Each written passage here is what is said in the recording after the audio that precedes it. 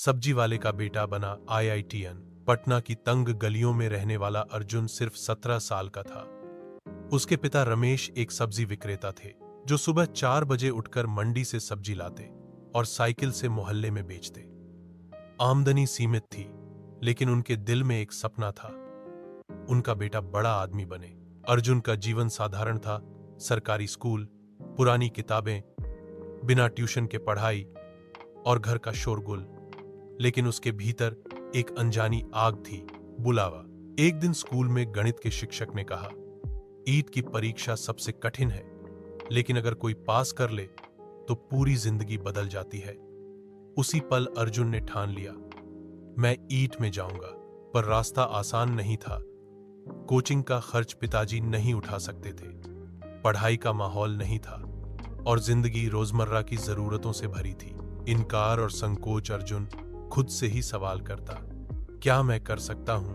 क्या एक सब्जी वाले का बेटा ईट में जा सकता है? मोहल्ले के कुछ लोग कहते, बड़े सपने मत देखो बेटा, ये तुम्हारे बस की बात नहीं। यह सुनकर उसका हौसला डगमगाने लगता। गुरु से मिलन। तभी एक दिन मोहल्ले में श्रीनाथ सर आए, एक रिटायर्ड इंजीनियर, आईआईटी बॉम्बे से पास आउट, समाज सेवा के मकसद से गांव लौटे थे। उन्होंने अर्जुन में कुछ अलग देखा।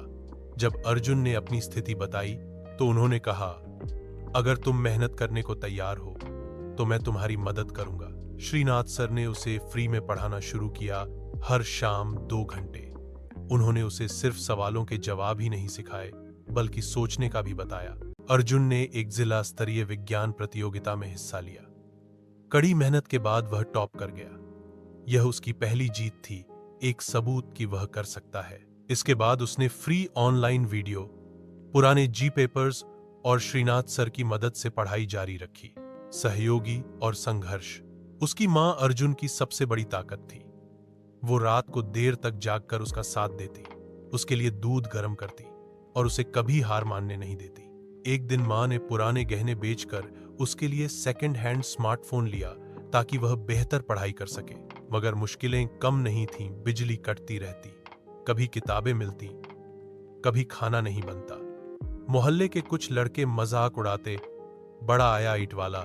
सबसे बड़ी चुनौती, ईट जी की तारीख नजदीक थी।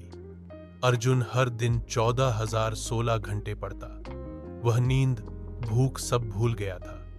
एक दिन अचानक उसे तेज बुखार हो गया, शरीर थक चुका था। उसने मां से कहा, शायद मैं नहीं कर पाऊंगा।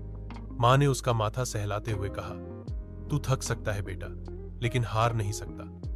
तू हमारी उम्मीद है। अंतिम परीक्षा। आखिरकार परीक्षा का दिन आ गया। अर्जुन घबराया हुआ था, लेकिन शांत। पेपर कठिन था, कई सवाल छूट गए। जब वो एग्जाम हॉल से बाहर निकला, उसे खुद पर शक हुआ, क्या मैंने अच्छा किया? रिजल्ट वाले दिन अर्जुन कंप्यूटर पर बैठा था। जैसे ही उसने देखा ऑल इंडिया रैंक 846, उसकी आंखों से आंसू बह निकले। वो आईआईटी कानपुर में सिलेक्ट हो गया था, कंप्यूटर साइंस ब्रांच में। पूरा मोहल्ला जमा हो गया, मिठाइयां बांटने लगी। जिन लोगों ने उसका मजाक उड़ाया था, अब वही कह रहे थे, अर्जुन ने कमाल कर दिया। उसके पिता रमेश की आंखें नम थीं। उन्होंने अर्जुन को गले लगाते हुए कहा, तूने हमारा सिर ऊंचा कर दिया बेटा। वापसी और परिवर्तन। आईआईटी कानपुर का कैंपस अर्जुन के लिए एक नई दुनिया थी। बड़ी बड़ी बिल्डिंग्स, लैब्स, लैपटॉप, इंग्लिश में पढ़ाई। लेकिन उसने अपने मूल को नहीं भुलाया। हर छुट्टी में वह पटना वापस आता और श्रीनाथ सर के साथ मिलकर मुफ्त कोचिंग चलाता। वह उन बच्चों को पढ़ाता जो कभी उसी की तरह संसाधन विहीन थे, लेकिन सपने बड़े थे। नया जन्म। 4 साल बाद अर्जुन एक प्रतिष्ठित टेक कंपनी में सॉफ्टवेयर इंजीनियर बन गया। पैकेज करोड़ों में था, लेकिन सबसे बड़ा गर्व उसे तब हुआ जब उसके पढ़ाए 3 छात्रों ने भी ईट जी क्लियर किया। उसने गांव में एक छोटा सा शिक्षण केंद्र खोला, उदान उसका मिशन था। हर अर्जुन को उसका लक्ष्य मिले। निष्कर्ष, अर्जुन की कहानी सिर्फ एक इंसान की नहीं, एक विचार की है।